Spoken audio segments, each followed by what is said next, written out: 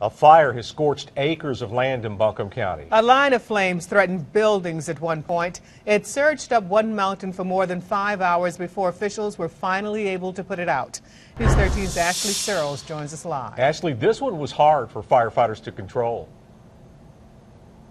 That's right. An official on the scene told me today that in terms of being difficult to control on a scale of 1 to 10, this fire, not far from so many homes, was an 8.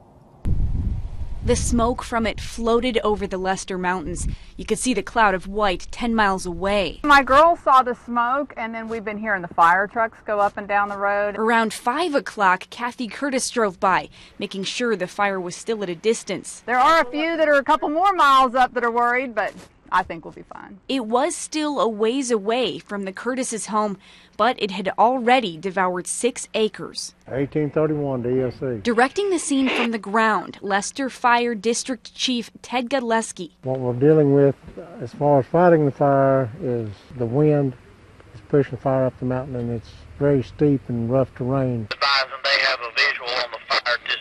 Our interview got interrupted. The Buncombe 911 center was getting calls from residents worried on the other side of the mountain. They can see the smoke. I don't know whether they say have a visual on the fire. I don't know if it's the fire or the smoke that they're seeing.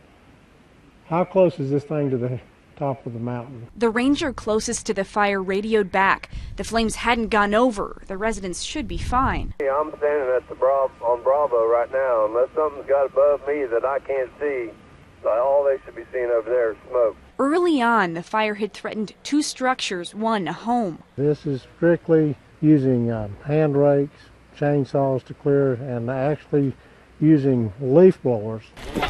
This afternoon, the chief was worried about his crew's safety as even more men headed up to build a fire line on a steep slope. Now, fortunately, there were no injuries reported this afternoon fighting this fire, and crews were able to clear the scene around 8 o'clock tonight. The Forest Service is investigating what could have caused it, but right now officials were saying that it could be anything from a burning pile of brush to someone flicking a cigarette out the window.